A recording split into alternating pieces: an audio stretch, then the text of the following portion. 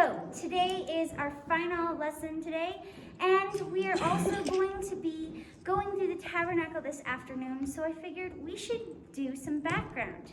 And seeing as how we've been doing apologetics all year, there's a lot of cool apologetic information which goes with this background. So we're going to be working our way through the Exodus. So we're doing the apologetics of the Exodus. Because that's kind of what led up to the tabernacle being built, and actually the tabernacle is designed originally in the Exodus, so we have all the blueprints for it there. So, first things first, we're going to look at it from a historical perspective, okay? Now, obviously, nobody is exactly sure what date the Exodus began, and we're never really going to know that until we get to heaven, but we can get a very generic age as to when the Exodus occurred. And that is often called approximately 1446 BC. It's based off of lots of different things, which we're not going to go into because we don't have a lot of time. We're going to talk about a lot of other important things, but I figured that would be an interesting starting date because a lot of biblical scholars and historians alike agree that it happened around 1446 BC. Okay, so that puts it at about 3,500 years ago. Sound about right? Okay, so the next thing which we're going to establish is there's about 3 different pharaohs which lived in this time period. And so, obviously, even the pharaohs have give or take dates which go with their names. And so these 3 pharaohs, which I only put 2 on here because I think these 2 are the most logical ones, but you could argue for the 3rd one. The 3rd one is Thutmose III. But Amenhotep II came right in between Thutmose III or Thutmose IV. Oh yeah, Thutmose III and Thutmose IV.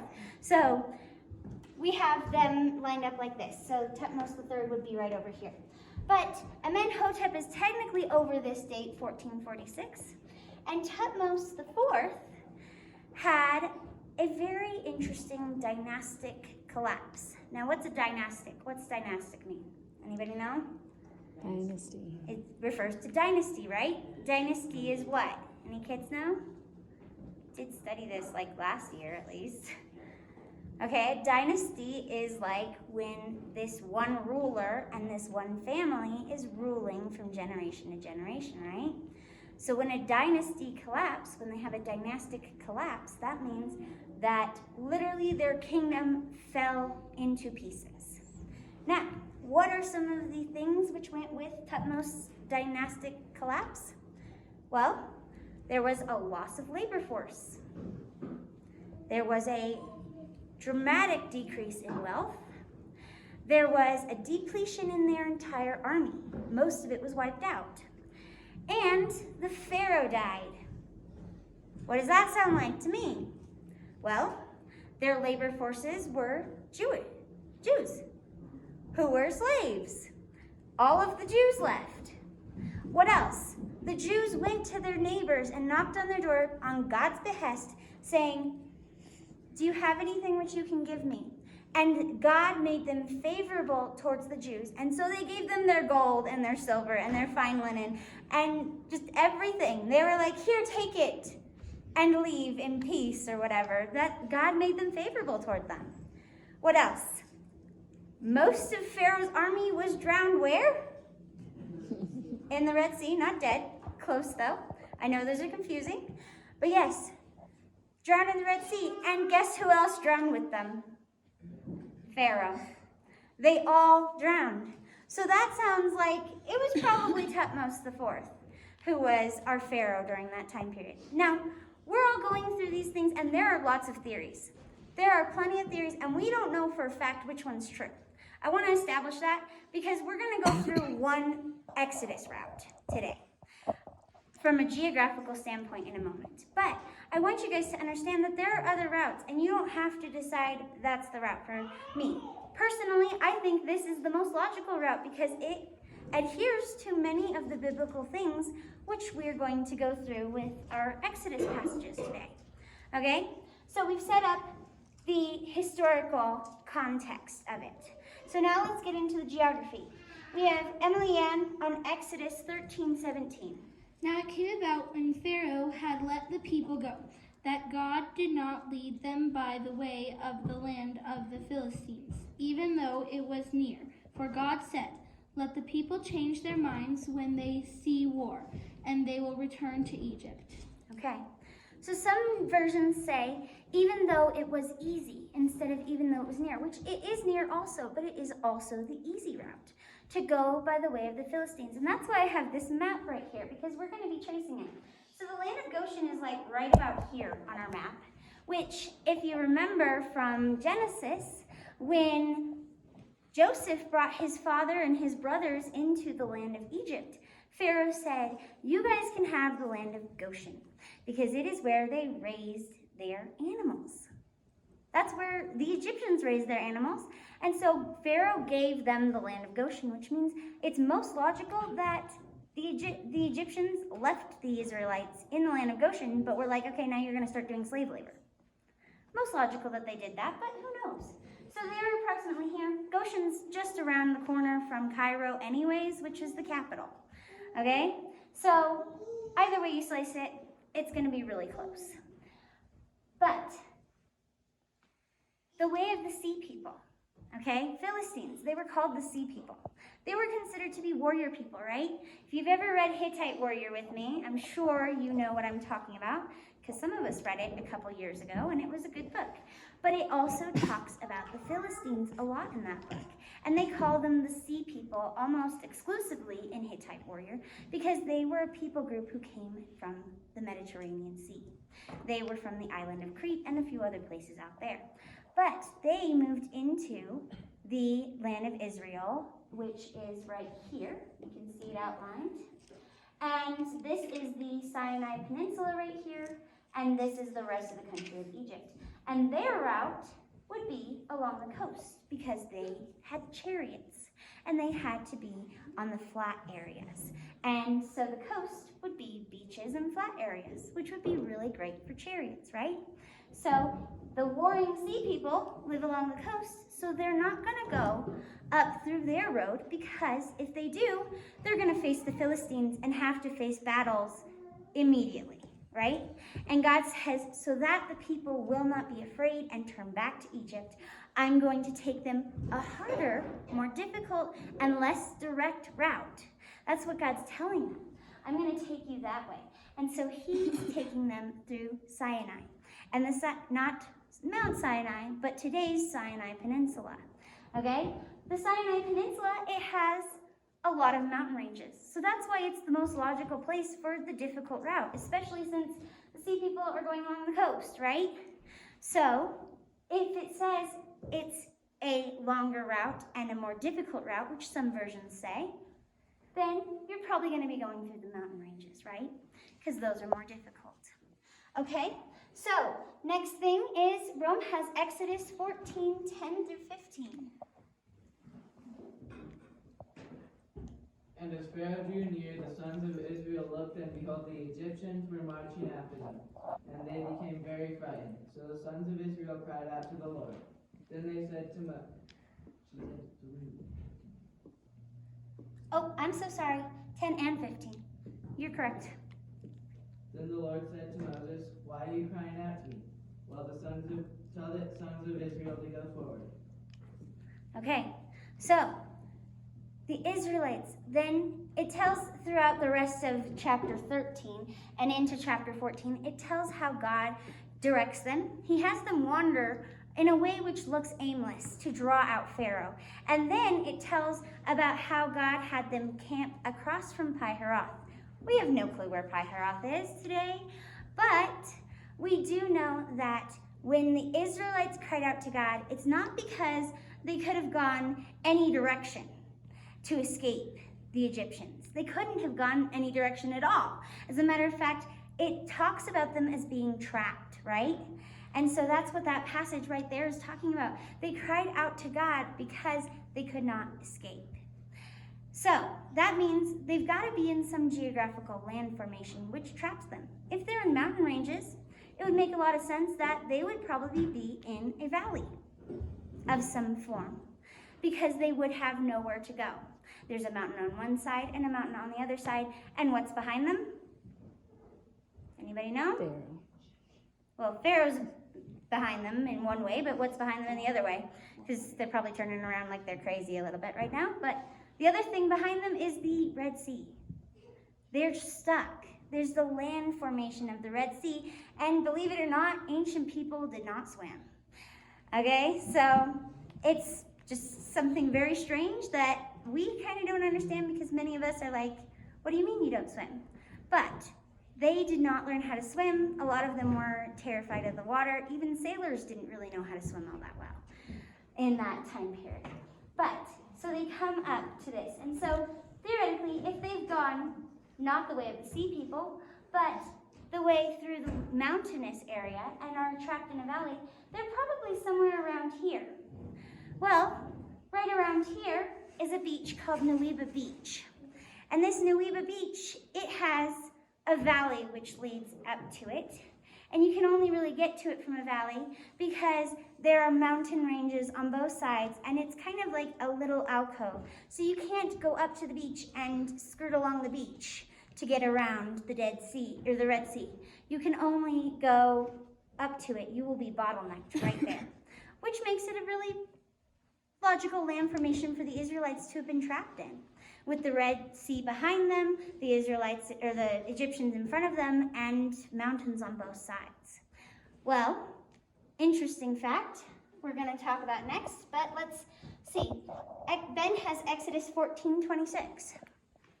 Then the Lord said to Moses, "Stretch out your hand over the sea so that the waters may flow back over the Egyptians and the chariots and horsemen."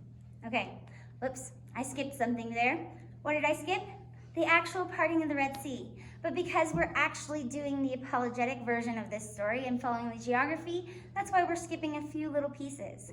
But I'm going to tell you what those pieces are. For one thing, Moses parted the Red Sea, and an eastern wind, which is not common. In that area of the world, it's typically a western wind. So an eastern wind is very special and unique in that area. So an eastern wind came and it blew the waters back and created walls, right? And they walked across on damp, muddy ground? No. They walked across on what? Dry land. Dry land, right? They walked across on dry land, okay? And so they walked through this water, and the Egyptians, not the Israelites, the Egyptians pursued the Israelites. And they came in to there, and God stubbed their wheels by making that dry ground turn from something hard, which chariots can drive on, to mud again, and sent them into confusion. And then, after all the Israelites had come out, he sent the waters back into their place and drowned the Egyptians in the middle of the sea, right? So that happened somewhere in there, in this route at least. And you know what's an interesting piece of evidence for that? Is the fact that some people have found coral formations on the sandy bottom outside of Nuweiba Beach, meaning under the sea outside of it.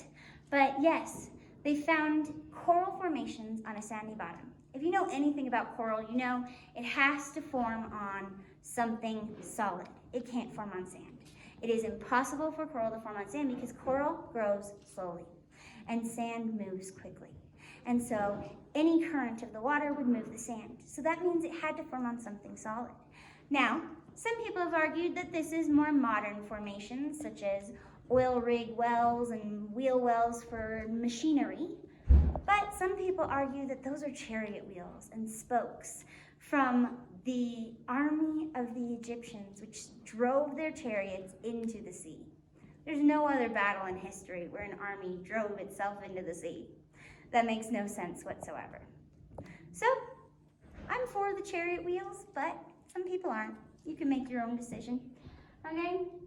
And then, once we come out, we're going to read Exodus 15:27. By the way, after this, Israel praised God. They worshiped him in song and danced before him. But it was very short-lived. Go ahead and read the next one. Then they came to Elim, where there were 12 springs of water and 70 date palms, and they camped there beside the waters. Okay, so why are we talking about water when I just said it didn't last for long? Well, they started complaining almost right away. It's been 3 days. And they're like, well, God, the water's bad. And there's no water. And you're coming to bring us into the desert to die again. They use the same argument over and over again. But God brings them to first Meribah, where the water was bitter. And then he made the water sweet. And then a couple days later, he brought them to Elim, where there are 12 springs and 70 palms, according to our scripture. Now, we can't count the palms because palm trees die, palm trees grow, palm trees die. They breed, they become more, they become less. We all know the process, right? That's how nature happens. 3,500 years is a little too long for a palm tree, right? But about 12 miles out from the Gulf of Aqaba, which happens to be the modern day name for this branch of the Red Sea, there's a place where there are 12 springs and a whole bunch of palm trees. It's not 70 palm trees, but there are definitely 12 springs there. Interesting thought. It's about the distance that they would have been able to travel in 5 to 7 days. So maybe that's where they camped, at Elim, like the Bible says. Who knows? Well, following that path a little bit more, adding in 3 months of grumbling and complaining and asking for food, and God giving them daily manna from heaven and quail as well, we get to the point where we have to read Exodus 19, 10 through 12. Rome?